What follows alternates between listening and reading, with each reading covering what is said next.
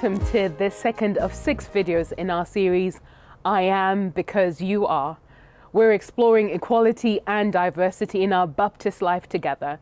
This video asks what discrimination looks like. So let's begin with another interview.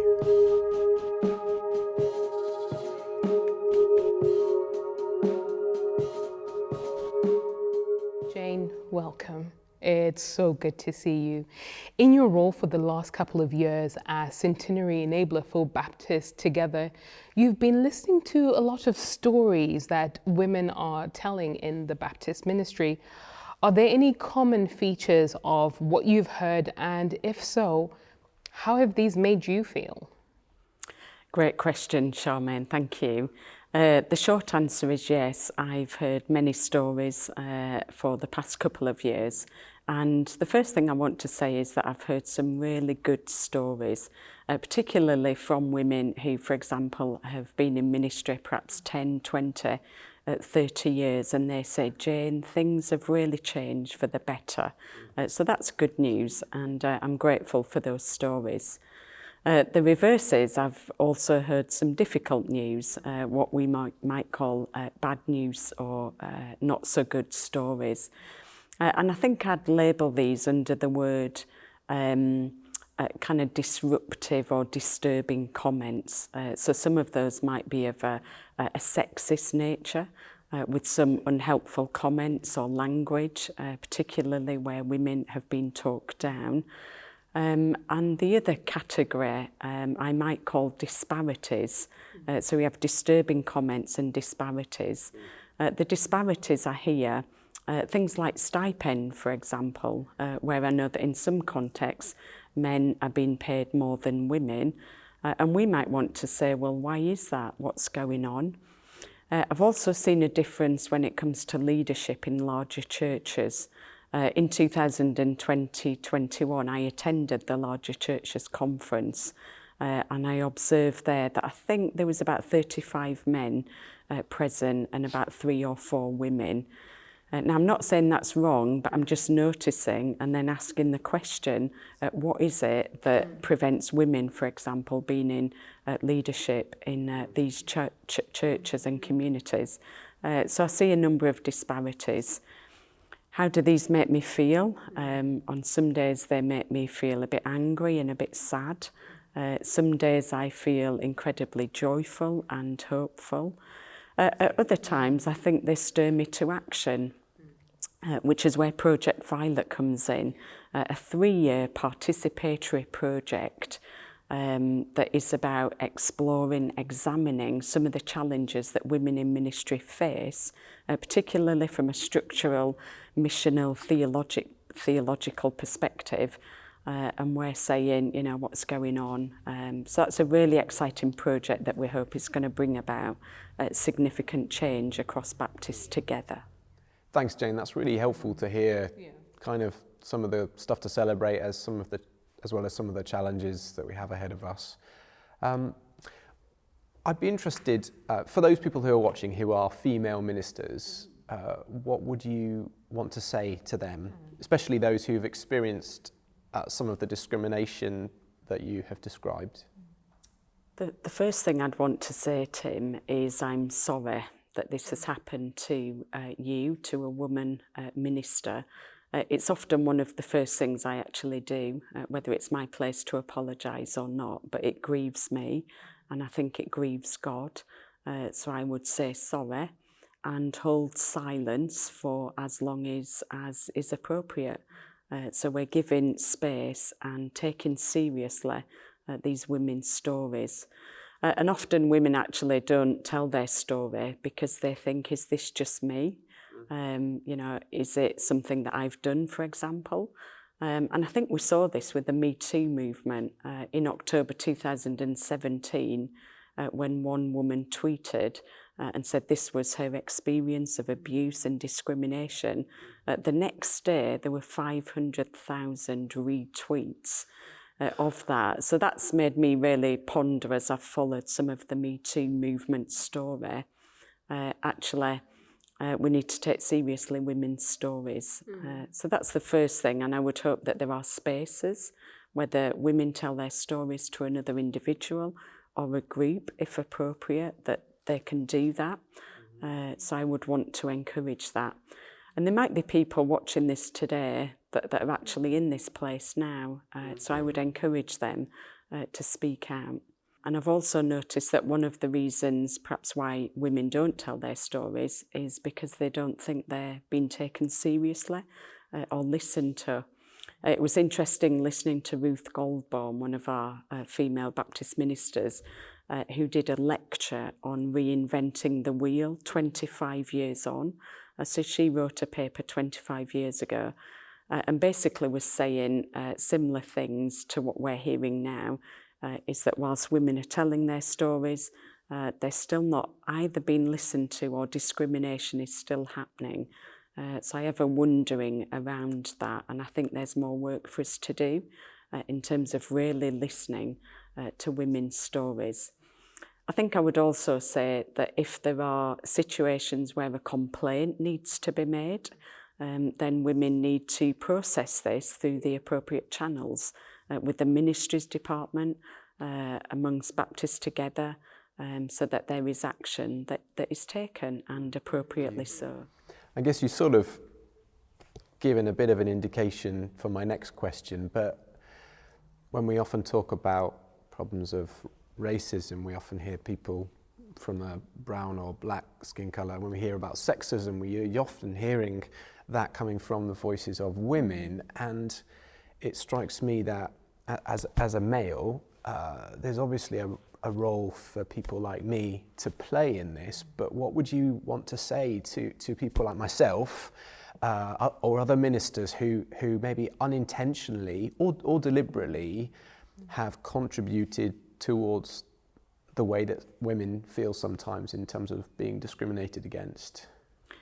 Great question, Tim. It's inviting in terms of a response. If people are going out of their way, whether that is men or women, and intentionally and deliberately doing anything that is of a discriminatory nature, I would want to challenge that and say that's wrong. That's kind of bad behaviour.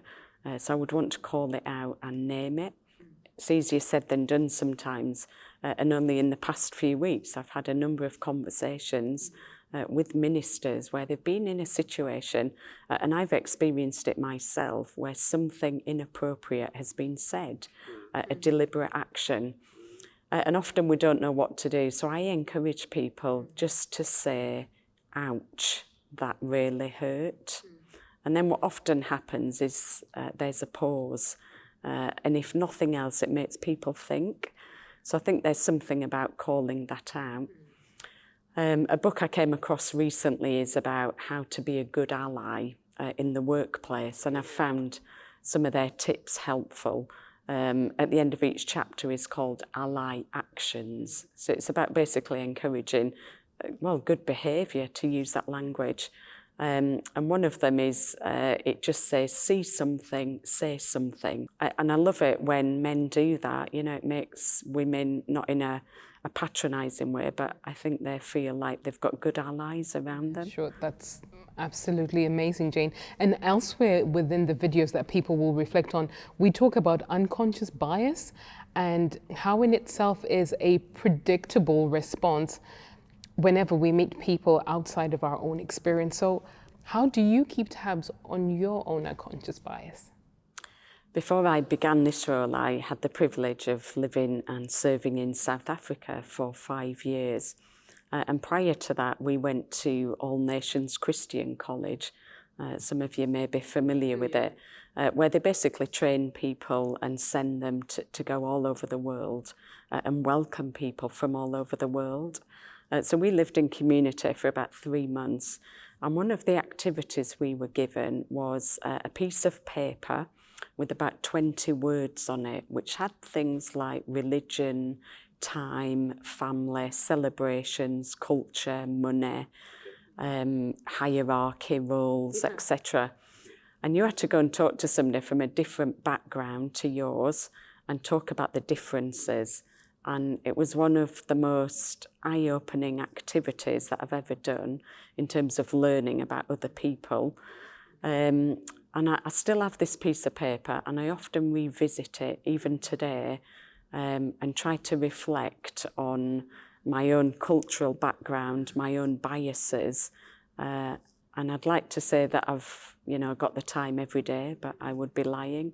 But there's something about being a reflective leader rather than a reactive leader. So I think some of this, I would go as far as saying it's about a way of being. So how am I showing up? And as a reflective leader, do I make time to ask myself the difficult questions of where did I show unconscious bias today? And I also allow people to speak into my life, to challenge my behaviour, and try to be accountable. So there are a number of things that I think keep me in check. I don't profess to get it right, but I'm on a journey of learning alongside others. Yeah. Thank you so much for your time, Jane. Pleasure, thank you. Yeah, thank you, Jane. I particularly find it really helpful thinking about the importance of just being attentive to other voices. No matter how broad my horizons are in my mind, there's always something to learn from other people. I think that's really important. Thank you. Thank you. Jane's observations provide us some examples of discrimination against women that happen within our churches and structures. But clearly, discrimination comes in many forms. Tim and I were part of a group of people who tried to articulate some of the attitudes and behaviors we've seen across Baptist Together that express or encourage discrimination. So we came up with a list. It's not exhaustive. It merely illustrates some of the ways discrimination plays out. As each item is displayed, you might want to jot down any that particularly resonate with you, for whatever reason.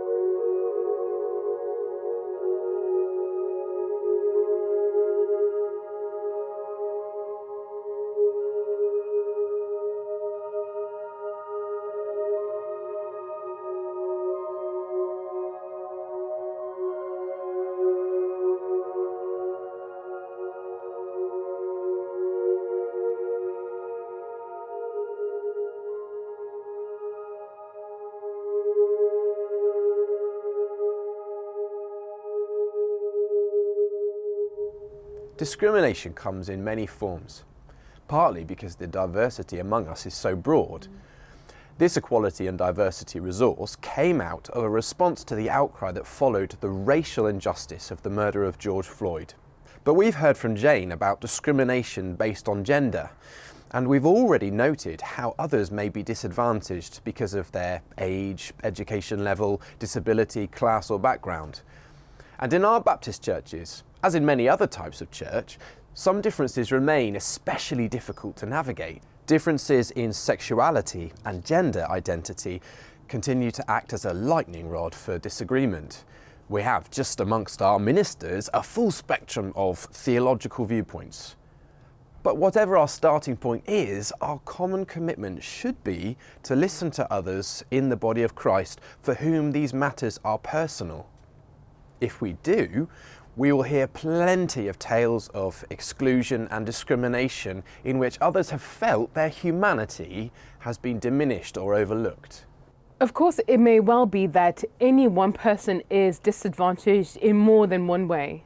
For example, being black is one thing, and being a woman is another. But being black and a woman can be doubly disadvantageous.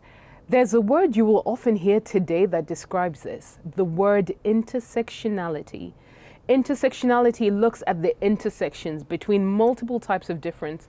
It was coined by Kimberly Crenshaw, an American lawyer and civil rights activist.